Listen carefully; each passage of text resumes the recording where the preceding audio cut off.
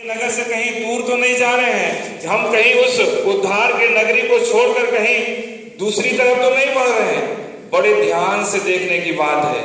ये व्यक्ति जो है, ये राहगीर है, ये जो सफर कर रहा है, इसकी दिशा जो है बड़ी उल्टी है। यरूशलेम को छोड़कर यरीहो जा रहा है, परमेश्वर की संगति को छोड़कर संसारिकता की ओर बढ़ रहा है। कहीं हमारी स्थिति तो ऐसी नहीं है। हो सकता है यरूशलेम में परेशानी आ जाए, हो सकता है यरूशलेम में कुछ अटैक हो गया हो सकता है यरूशलेम में कुछ समस्या आ गई हो। यरूशलेम का मतलब है ये चर्च, ये कलीसिया, परमेश्वर की उपस्थिति, ये परमेश्वर का देह है। ये चर्च, ये कलीसिया प्रभु यीशु मसीह का देह है। कहीं हम अपने इस देह को छोड़कर कहीं अलग तो नहीं बढ़ रहे हैं।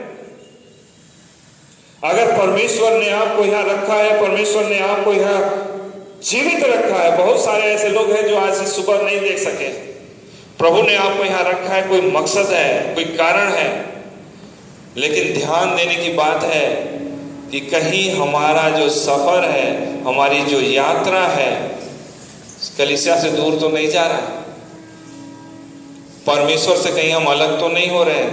इस अभागे यात्री की तरह यरूशलेम छोड़कर यरीहो को जा रहा है, परमेश्वर की उपस्थिति को छोड़कर संसारिकता की ओर बढ़ रहा है। परमेश्वर उस शांति के नगर को छोड़कर, उस पवित्र नगर को छोड़कर यरीहो की ओर बढ़ रहा है।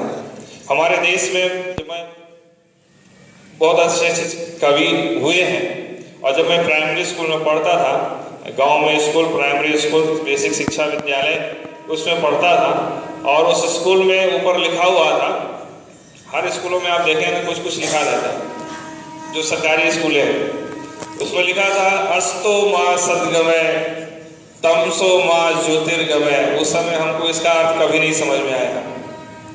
जब मैं वहाँ पढ़ता था तो मुझे नहीं समझ में आया। अब जब बड़ा हो गया तो अब मुझे समझ में आता है कि उसका मतलब क्या है। उसका मतलब था, हे प्रभु मुझे असत्य से सत्य की ओर ले चल। ये हमारे देश के कवियों ने लिखा है, हे प्रभु मुझे असत्य से सत्य की ओर ले चल, हे प्रभु मुझे मृत्यु से जीवन की ओर ले चल। हमारी यात्रा किस दिशा में है? कहीं हम मृत्यु की ओर तो नहीं जा रहे हैं, कहीं हम असत्य की ओर तो नहीं बढ़ रहे हैं। ये यात्री जो अभागा यात्री, इसको मैं बोलता हूं, बहुत अभागा यात्री है। परमेश्वर की उपस्थिति को छोड़कर, ये यरूशलेम को छोड़कर कहां जा रहा है? यरीहो को जा रहा है। हमारी यात्रा किस दिशा में है? बाइबल में कुछ उदाहरण है, 2-3 यात्राओं के बारे में हम बात करेंगे। लूत की यात्रा, लूत, जेनेसिस आप उत्पत्ति 13 अध्याय पढ़ेंगे। अब्राहम का भतीजा लूत था। दोनों, अब्राहम और लूत दोनों अपने देश छोड़ के चले। लूत अपने चाचा से बहुत प्यार करता था। परमेश्वर ने अब्राहम से कहा था, तू इस देश को छोड़ के चला जा जहां मैं तुझे दिखाता हूं। और चूंकि ये अपने चाचा से बहुत प्यार करता था और इसके फादर नहीं थे, उनकी मृत्यु हो गई थी, अब्राहम के भाई की मृत्यु हो गई थी, तो उनका ये भतीजा भतीजा जो है इनके साथ ही चला। और परमेश्वर ने इन दोनों को बहुत आशीष दी। अब्राहम को भी आशीष दी और लूत को भी बहुत आशीष दी, और इतने आशीष दिए कि इनके खेत और इनके भेड़ और गाय बैल बहुत बढ़ गए। और बाइबल में लिखा है कि जब बहुत बढ़ गए इनके, मतलब उस समय इसी से हम आंका जाता था कि कौन धनवान है और कौन गरीब है। जिनके पास बहुत गाय बैल, बहुत भेड़ बकरी उस जमाने में हुआ करता था, वो बहुत धनी हुआ व्यक्ति होता था। और जिसके पास कुछ नहीं होता था वो उन्हीं की चरवाही किया करते थे। तो इन दोनों साथ ही में रहते थे, लेकिन दोनों का अलग अलग था, लेकिन साथ में रहते थे। जब बहुत बढ़ गया इनके गाय बैल भेड़ बकरियां बहुत बढ़ गई, तो इनके चरवाहे और लूत के चरवाहे और अब्राहम के चरवाहों में झगड़ा होने लगा। सो इन्होंने फैसला किया कि भाई हम लोग अलग अलग हो जाएंगे। तो अब्राहम चाचा ने अपने भतीजे को, लूत को कहा कि तू चुन ले किधर जाना चाहता है। तो उसने देखा कि जिधर बहुत हरी हरी चराइयाँ हैं, बहुत अच्छा जगह है, बहुत अच्छी जमीन है, बहुत चराइयाँ हैं। वो कहा मैं इधर चला जाऊंगा, मैं यहाँ चला जाऊंगा। अब देखिए, परमेश्वर जब तक वो दोनों साथ में रहे, परमेश्वर ने उन्हें आशीष दी और लूत को भी आशीष दी। और जब थोड़ी सी मुसीबत आई, थोड़ा सा संकट आया, उनके नौकरों में लड़ाई होने लगा, तो लूत जो है अपने चाचा को, जिसके कारण उसको आशीष मिली थी, उसको छोड़ के चल दिया। और आगे आप किस्सा पढ़ेंगे तो क्या क्या हुआ मैं आप बताऊंगा नहीं, लेकिन आप उस किस्से को अगर पूरा पढ़ लें तो लूत के खानदान का क्या हुआ, आप अगर पढ़ें पूरा उस कहानी को तो देखिए, उस मतलब उसके बहुत ही बुरा हाल हुआ। उस ऐसे नगर में पहुंच गया, ऐसे देश में पहुंच गया जहां सदोम और अमोरा को प्रभु एक दिन नाश कर दिया। केवल लूत और उसकी 2 लड़कियां बच गई, उसकी पत्नी भी जो है नमक की खंभा बन गई। तो ये यात्रा हमारी किस दिशा में है? कहीं हम लोभवश लालचवश कहीं चले तो नहीं जाते? किस दिशा में हमारी यात्रा है? कहीं हम परमेश्वर के भवन को छोड़कर, कहीं हम परमेश्वर की उपस्थिति को छोड़कर कहीं अलग तो नहीं हो रहे हैं? परमेश्वर की उपस्थिति से अलग तो नहीं हो रहे हैं? एक और उदाहरण है पुराने नियम में ही, अबीमेलेक के बारे में। अबीमेलेक, रूत आप की किताब पढ़ेंगे पहले अध्याय में, अबीमेलेक है, उसकी पत्नी नओमी है। ये दोनों बैतलहम में रहते हैं। कहाँ रहते हैं? बैतलहम में रहते हैं। और बैतलहम का मतलब जो होता है वो होता है रोटी का घर। बैतलहम का जो शाब्दिक मीनिंग है, हर चीज, हर शब्दों का एक मीनिंग होता है, एक अर्थ होता है। तो बैतलहम का अर्थ है रोटी का घर।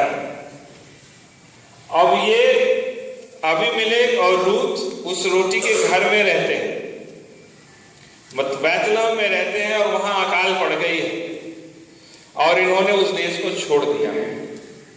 और उस देश को छोड़ दिया अबीमेलेक, उसकी पत्नी रूत और उसके 2 बेटे, ये चारों लोग बैतलहम को छोड़कर मोआब देश चले गए। मोआब का अर्थ मैं नहीं बताऊंगा आपको, आप बाइबल पर ढूंढ लीजिएगा, बहुत ही खराब अर्थ है, मैं उसको बताना नहीं चाहता। लेकिन वो जो जिस देश में गए, मोआब देश, वहां चले गए रहने के लिए। वहां उसको क्या मिला अबीमेलेक को? वो स्वयं मर गया, उसके दोनों लड़के भी मर गए, उसकी पत्नी केवल नओमी बची, और उसकी 2 बहुएं थी दोनों लड़कों की, उसमें से एक बहू भी छोड़ दी, ओरपा छोड़ के चली गई। केवल रूत जो है लौटी उसके साथ। तो जो सफर उसका बैतलहम से शुरू हुआ, रोटी के घर से, वो एक बहुत ही खराब देश में पहुंच गया, और वहां उसको सिवाय मौत के, सिवाय विनाश के कुछ नहीं मिला। वो रोटी के घर को छोड़कर, वो बैतलहम को छोड़कर मोआब देश को चला गया, और उसको केवल मौत और विनाश के अलावा कुछ नहीं मिला। हमारी दिशा किस तरफ है? हम किस तरफ बढ़ रहे हैं? प्रभु ने हमें कुछ जीवन दिया है। कोई 100 साल जिएगा, कोई 100 साल सफर करेगा, कोई 120 साल करेगा, कोई 60 साल करेगा, कोई 70 साल करेगा। लेकिन इस सफर में हमारा दिशा किधर है? हम किधर बढ़ रहे हैं? क्या हम परमेश्वर की उपस्थिति को छोड़कर अलग तो नहीं जा रहे हैं? यरूशलेम को छोड़कर कहीं हम दूसरी ओर, संसारिकता की ओर तो नहीं बढ़ रहे हैं? बैतलहम को छोड़कर कहीं मोआब की ओर तो नहीं बढ़ रहे हैं? किधर जा रहे हैं? किस ओर बढ़ रहे हैं? ये अभागा व्यक्ति यरूशलेम को छोड़कर यरीहो को जा रहा है, जीवन को छोड़कर विनाश की ओर जा रहा है। चाहे कितनी भी परेशानी आए, चाहे कितनी भी समस्या आ जाए, यरूशलेम नहीं छोड़ना है। कितनी भी परेशानी आए, कितनी भी समस्या आए, कितनी भी मुसीबत आ जाए, कितनी भी लड़ाई झगड़ा हो जाए, यरूशलेम नहीं छोड़ना है, इस चर्च को नहीं छोड़ना है।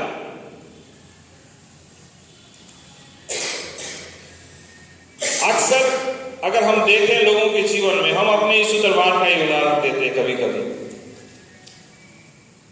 जब यीशु दरबार स्टार्ट हुआ इलाहाबाद में, शुरू से मैं हूं वहां पे, तो बहुत कम लोग 10-12 लोग आके दुआ प्रार्थना शुरू किए और उसके बाद उसमें लोग और जुड़ते गए। और ये प्रार्थना जो सभाएं चलती थी रात में, रोज रात में 9 बजे पीसी साहब के घर में, बाबा जी के घर में ही हुआ करती थी। रोज रात में हम लोग सब मिलते थे और प्रार्थनाएं करते थे। और फ्राइडे के दिन, शुक्रवार के दिन, शुक्रवार की रात में होल नाइट प्रार्थना करते थे, पूरी नाइट। हाँ, रात में 10 बजे से सुबह 5 बजे तक। जितने लोग उसमें आते रहे, प्रभु ने खूब आशीषें दी। लेकिन जब आशीषें मिली तो कुछ लोग छोड़ के चले गए, चल दिए। कभी कभी होता है कलीसिया में 5 लोगों का, 10 लोगों का मन एक सा नहीं हो पाता है, एक दूसरे से लड़ाई झगड़ा हो जाता है, बात में कुछ भी मन मुटाव हो जाता है। तो इसका मतलब ये नहीं होता है कि हम उस संगति को छोड़ दें जिस संगति में प्रभु ने हमें आशीष दिया है, जो परमेश्वर की उपस्थिति है, जो यरूशलेम है, परमेश्वर स्वयं वहां रहता है। अगर कुछ भी मनमुटाव है, कुछ भी झगड़ा है, कुछ भी परेशानी है, कुछ भी समस्या है जीवन में आती है, हमें यरूशलेम नहीं छोड़ना है। इस अभागे यात्री की तरह हमें नहीं बनना है, उस लूत की तरह हमें नहीं बनना है, उस नवोमी और उसके पति अबीमेलेक की तरह नहीं बनना है कि परेशानी आ गई है, अकाल आ गया है, हम बैतलहम छोड़ के चल दिए मोआब देश को। चाहे कितनी भी समस्या हो, कितनी भी परेशानी हो, कितना भी मुसीबत आ जाए, यरूशलेम को नहीं छोड़ना है। प्रभु यीशु मसीह ने चेलों से कहा, प्रेरितों का 1 अध्याय उसके 4 पद में, यरूशलेम को नहीं छोड़ना जब तक तुम्हें सामर्थ्य न मिले, यरूशलेम को मत छोड़ना। आज हमारा यरूशलेम ये चर्च है। हम लोग यरूशलेम सोचते हैं वही यरूशलेम जो इस्राएल में। यरूशलेम परमेश्वर का देह है, प्रभु यीशु मसीह का देह है, प्रभु यीशु मसीह की कलीसिया है, प्रभु यीशु मसीह का ये चर्च है। हमें नहीं छोड़ना है, चाहे कितनी भी समस्या हो, कितनी भी परेशानी हो, हमें उस अभागे यात्री की तरह नहीं बनना है। हमें यरूशलेम में ही बसे रहना है।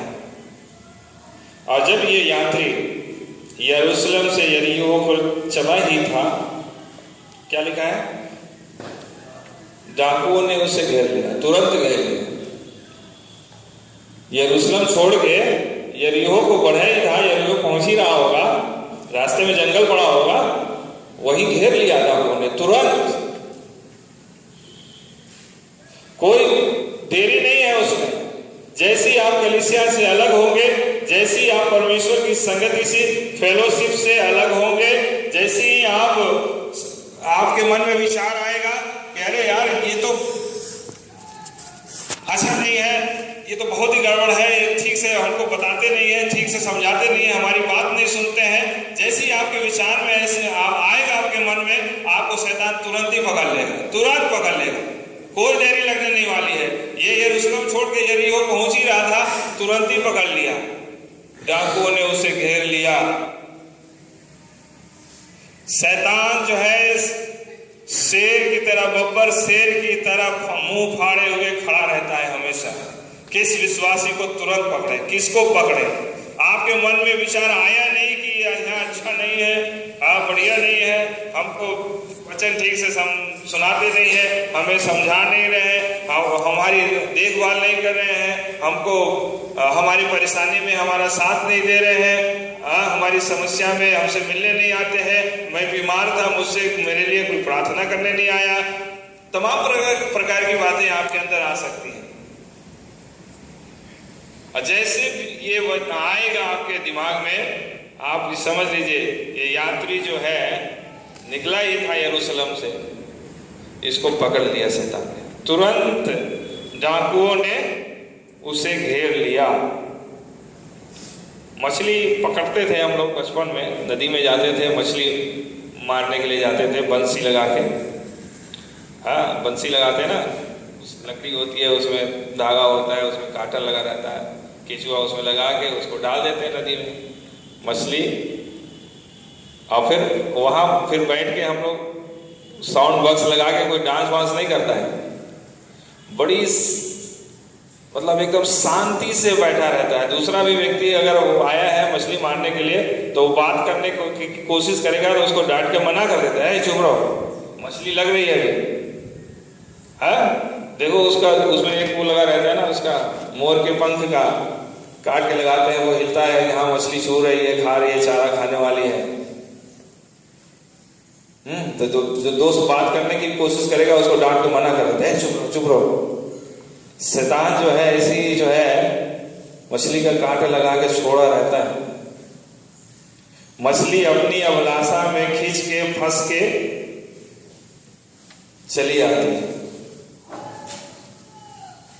वचन में लिखा है ना, जेम्स याकूब उसका पहला अध्याय 14 पद में, परंतु प्रत्येक मनुष्य अपनी ही अभिलाषा में खींचकर और फंसकर परीक्षा में पड़ता है। तो जैसे ही आप यरूशलेम छोड़ोगे, जैसे ही आप फेलोशिप को छोड़ोगे, जैसे ही आप संगति को छोड़ोगे, शैतान आपको ऐसी आपके अंदर में ऐसी अभिलाषा, ऐसी इच्छा पैदा करेगा कि आप स्वयं फंस जाएंगे और उस जाल में फंस जाएंगे और आपका जीवन समाप्त हो जाएगा। परमेश्वर ने जिस उद्देश्य से हमको बनाया है, परमेश्वर ने जिस उद्देश्य से हमको यहाँ रखा है, परमेश्वर ने जिस उद्देश्य से हमको इतना बड़ा किया है, उस उद्देश्य को पूरा करने के लिए हम अपने आप को तैयार करें, उस उद्देश्य में लगे रहें। प्रभु हमको आशीषित करेंगे। ये यात्री फंस गया है, डाकुओं ने इसको घेर लिया है और इसके आगे वचन को पढ़े तो लगा है इसके कपड़े उतार लिए है, बड़ी साफ साफ लिखा है। ऐसा हुआ कि उस स्वामी यीशु ने उत्तर एक मनुष्य डाकुओं ने घेर कर उसके कपड़े उतार लिए। अब ये कौन से डकैत है भैया, ये आपके कपड़े के चक्कर में पड़ा हुआ, ये आपका कपड़ा उतार देना चाहता है, आपको नंगा करके दिखा देना चाहता है, आपको बेपर्द करना चाहता है। जैसे यरूशलेम को छोड़कर यात्री यरीहो की ओर गया, डाकुओं ने उसे घेर लिया और उसके कपड़े उतार लिए। जब हम फेलोशिप से बाहर हो जाते हैं, जब हम संगति छोड़ देते हैं, जब हम चर्च आना बंद कर देते हैं, जब हम दूर चले जाते हैं परमेश्वर की संगति से, जो उद्धार का कपड़ा मुझे मिला है, जो प्रभु यीशु मसीह पर विश्वास करने से, प्रभु यीशु मसीह को अपना उद्धार करता प्रभु मानने से हमें वो उद्धार का वस्त्र मिलता है। और ये डाकू ऐसा है, इसी वस्त्र के चक्कर में पड़ा रहता है कि कब आपके उस वस्त्र को उतार दे और आपको परमेश्वर के सामने नंगा करके खड़ा कर दे और कहे, देख ये तेरा पुत्र है जो ये काम करता है, देख ये तेरी पुत्री है जो ये काम करती है। परमेश्वर के सामने आपको नंगा करके खड़ा करना चाहता है। ये डाकू ऐसा है, ये शैतान ऐसा है जो आपको परमेश्वर के सामने बिल्कुल बेपर्द खड़ा करना चाहता है। वो आपके कपड़े को, जो प्रभु यीशु मसीह पर विश्वास करने से, प्रभु यीशु मसीह को अपना प्रभु ग्रहण करने से आपको मिला है, वो उद्धार का जो कपड़ा मिला है, उस कपड़े को उतार देना चाहता है। आपके परमेश्वर के सामने आपको बेपर्द करना चाहता है, परमेश्वर के सामने आपको नंगा खड़ा करना चाहता है। सावधान रहिए इस डाकू से, इस शैतान से सावधान रहिए जो आपके मनों में कार्य करता है, आपके मन को बरगलाता है, आपको उसके चर्च के विरुद्ध में, आपको कलीसिया के विरुद्ध में, आपके पवित्र लोगों के विरुद्ध में आपको उकसाता है। सावधान रहिए। पर ये डकैत जो है, ये डाकू जो है, ये शैतान है, ये आपके उस उद्धार के कपड़े को उतार देना चाहता है, परमेश्वर के सामने आपको नंगा खड़ा करना चाहता है। सावधान रहिए। यात्रा यरूशलेम की ओर होनी चाहिए, यरूशलेम से बाहर की ओर नहीं होनी चाहिए। हमेशा हमारी यात्रा जो है अपने पिता की ओर होनी चाहिए। हम परमेश्वर पिता के संतान हैं। प्रभु यीशु मसीह पर विश्वास करने से यूहन्ना रचित सुसमाचार उसका पहला अध्याय 12 पद में लिखा हुआ है, जो जितनों ने प्रभु यीशु मसीह पर विश्वास किया उसको किसने? प्रभु यीशु मसीह ने परमेश्वर का संतान होने का, परमेश्वर के बेटे और बेटियां होने का अधिकार दिया है। और बच्चे हमेशा उनकी सफर हमेशा अगर माता पिता की ओर रहे तो बच्चे बहुत आशीषित होते हैं। जो बच्चे माता पिता को छोड़ के भागते हैं, दूर हटना चाहते हैं, कोई बात बताना नहीं चाहते हैं, कुछ शेयर नहीं करना चाहते हैं, वो श्रापित हो जाते हैं। हम परमेश्वर के संतान हैं, हमें देखना है कि हमारी यात्रा किधर है। कहीं हम यरूशलेम छोड़कर यरीहो की ओर तो नहीं जा रहे हैं, हम परमेश्वर की उपस्थिति को छोड़कर कहीं अलग तो नहीं हो रहे हैं। ये डाकू हमारा धन दौलत नहीं चाहता है, ये डाकू, ये शैतान हमारे कपड़ा उतारना चाहता है। जो प्रभु यीशु मसीह पर विश्वास करने से हमको मिला है, उसी कपड़े के चक्कर में है और उसी कपड़े को उतारता है।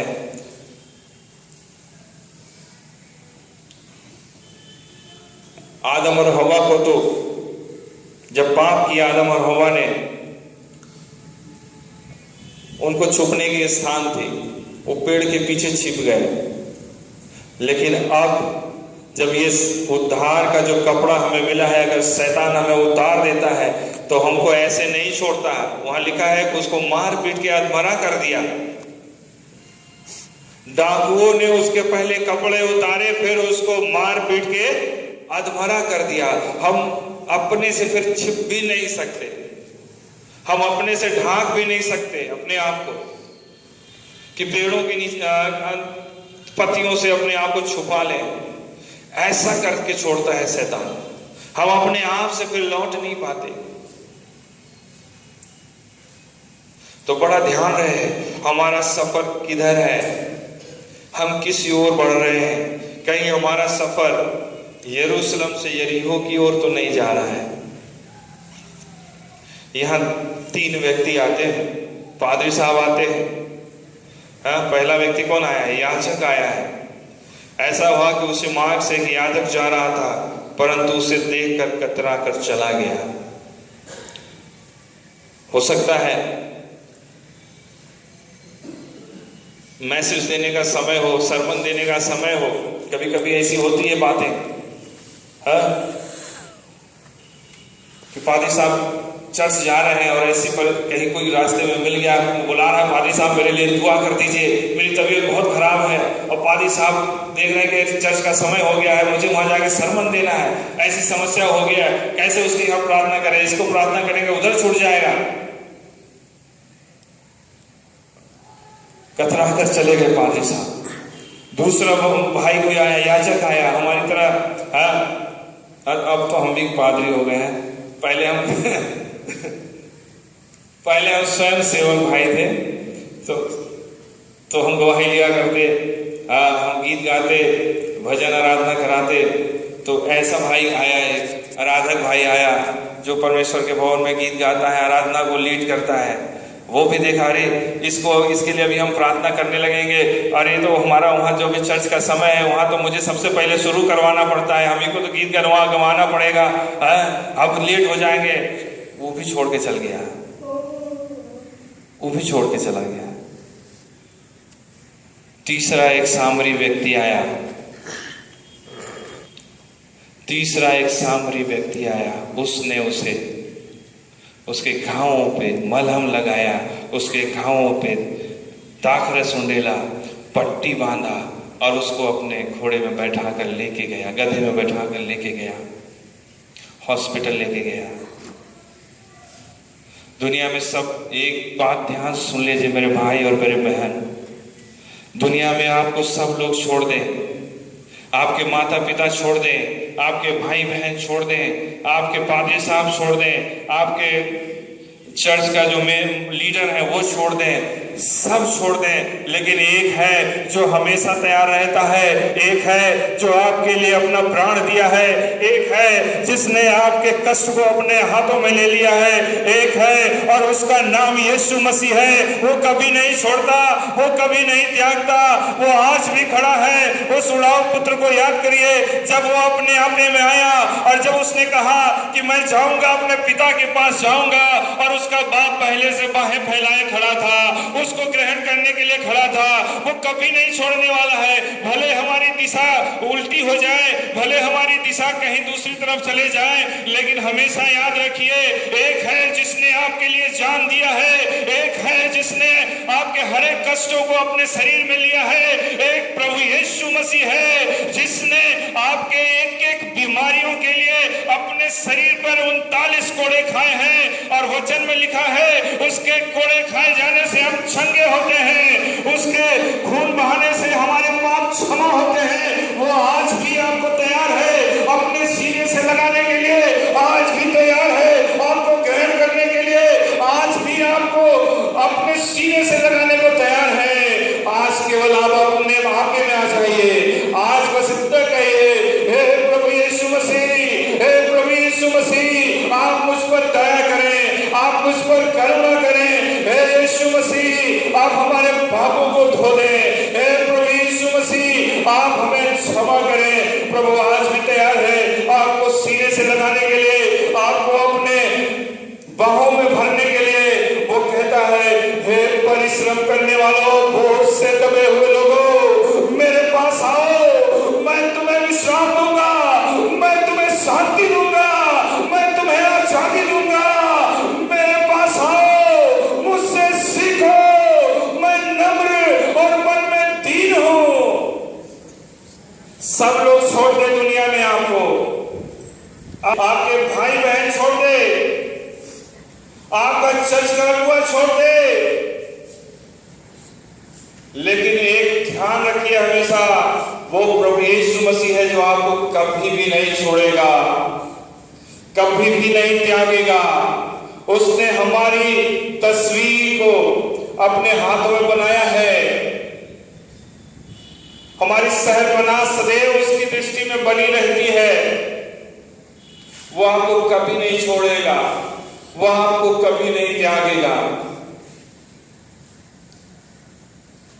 उसने हमारे लिए, हम सबके लिए अपनी जान दी है,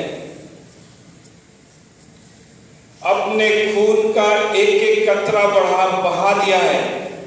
परमेश्वर का नियम है, पाप की मजदूरी मृत्यु है, और उस मृत्यु से बचाने के लिए प्रभु यीशु मसीह ने स्वयं मृत्यु सह ली और हम सबों को छुटकारा दिया, आजादी दी, हम सबों को बचाया है, हम सबको छुड़ाया है। वो कभी नहीं छोड़ेगा, वो कभी भी नहीं त्यागेगा। बस आपको विश्वास करना है प्रभु पर, उससे कहना है, प्रभु आप मेरे दिल में आइए, प्रभु आप मेरे हृदय में आइए, प्रभु आप मेरे साथ रहिए, प्रभु आप मेरे गुनाहों को क्षमा करिए, प्रभु आप मुझे अपने राज्य में ले लीजिए। प्रभु आपको तैयार है, वो आपको ग्रहण करने के लिए तैयार है।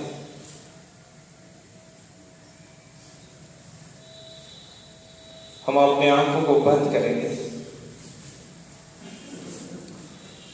सर्वशक्तिमान दयालु पिता परमेश्वर, एक बार फिर से प्रभु हम आपके चरणों में नतमस्तक हैं। धन्यवाद देते हैं आपके उस अनुग्रह के लिए प्रभु, जो आपने हम सबों पे किया है। आपने हमारे लिए अपने इकलौते पुत्र को भेज दिया, उद्धार करने के लिए, हमारा छुटकारा करने के लिए। प्रभु यीशु मसीह ने स्वयं मृत्यु को सह ली और हमें आजाद कर। हम धन्यवाद देते हैं यीशु मसीह आपके लोगों के लिए, जो प्रभु आपने अपने पीठ पे कोड़ों की मार सही है, ताकि हमारे कष्ट खत्म हो जाए, ताकि हमारी बीमारी समाप्त हो जाए। प्रभु आपका वचन कहता है कि आपके कोड़े खाए जाने से हम चंगे होते हैं। प्रभु धन्यवाद देते हैं प्रभु जी, धन्यवाद देते हैं आपके इस उपाय के लिए प्रभु, जो आपने हमें बचाने के लिए किया है। प्रभु हम आपका लाख लाख धन्यवाद देते हैं, धन्यवाद देते हैं आज के इस वचन के लिए प्रभु। आपने दिया, आपने सिखाया है, हमको हम न छोड़ें, चाहे कितनी मुसीबत हो, कितनी भी परेशानी हो, कितनी भी समस्या हो, हम यरूशलेम को न छोड़ें। प्रभु हमारी प्रार्थना ये वचन को चुराने न पाए प्रभु, हम आपके वचन के मुताबिक अपने आप को ढाल सकते। आप इनकी इच्छाओं को जानते हैं, आप इनकी जरूरतों को जानते हैं प्रभु। आप इन्हें पूरा करें और इन्हें बहुत आयत की आशीष दें। धन्यवाद देते हैं एक बार फिर से प्रभु आपकी तमाम आशीषों के लिए जो आपने हम सबों को जीवनों में दिया है प्रभु। हर एक बातों को याद करते और धन्यवाद देते हुए इस प्रार्थना को प्रभु यीशु मसीह के नाम से मांगते हैं, आमीन। आइए परमेश्वर पिता का प्रेम, प्रभु यीशु मसीह का अनुग्रह और पवित्र आत्मा की संगति और सहभागिता हम सबों के साथ बनी है।